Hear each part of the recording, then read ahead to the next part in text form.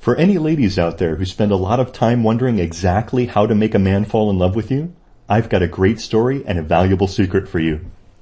This is Tony Levine, and long before I met my wonderful wife Tina, I was fresh out of college and chock full of ambition and student debt.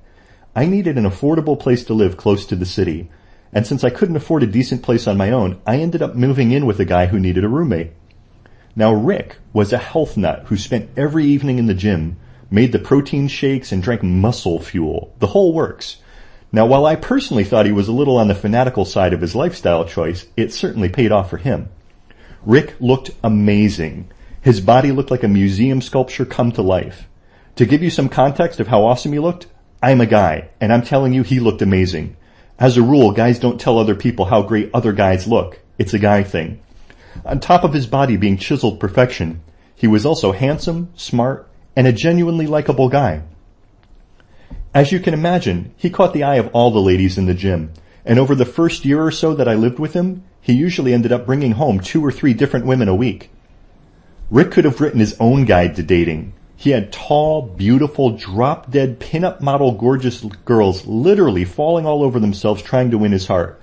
And being the sweet guy that he was, he gave each one of them a chance. On average, each one lasted about a day and a half. One passionate evening, and then breakfast the next morning. It was weird to see different beautiful women in the house every couple of days and then never see them again.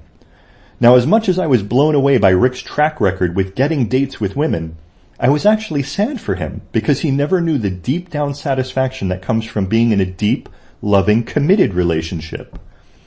Now, for you ladies looking to crack the man code, here comes the punchline. One morning, I woke up to the smell of eggs and bacon cooking in the kitchen. And when I went to explore this mystery, since as bachelors we never cooked, and as a rule neither did Rick's girlfriends, there was a petite young woman in the kitchen making breakfast.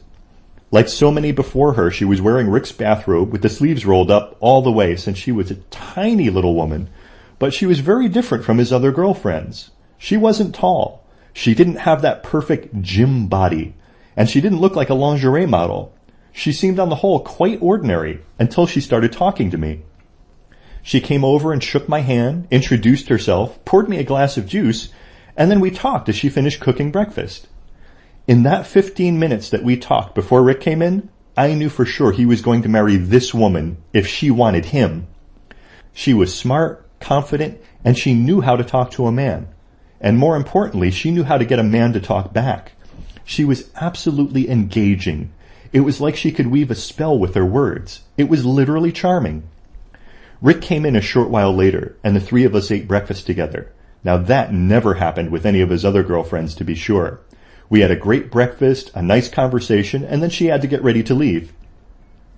When she left, Rick nearly burst with excitement. He met this woman at a bookstore while buying a birthday gift for his sister, and she started chatting with him in the checkout line. He was immediately, completely, helplessly hooked, and he loved it. I think secretly, this is what he was looking for all the time, and that's why none of those other women ever made it to a second date. I never once saw Rick bring in a different woman into the house after that morning. I caught Rick in a suit and tie a few months after that first encounter, and I asked who died. That's a man joke, unless someone actually died, in which case awkward man silence and then an embarrassed apology follows. But I was pretty sure I was on safe ground because Rick was in a very good mood. It turns out he was dressing up for a job interview. It seems Rick wanted to start saving for an engagement ring and decided he needed to get a better job. Okay, so that pretty much concludes the story except for the happy ending.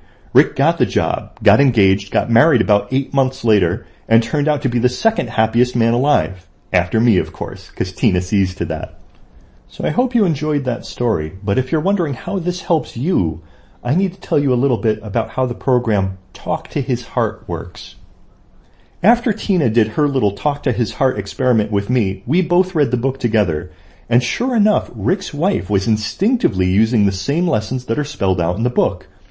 She was talking in that way, even using some of the exact same verbal triggers from the book, and naturally incorporating them to make her presence mesmerizing to men.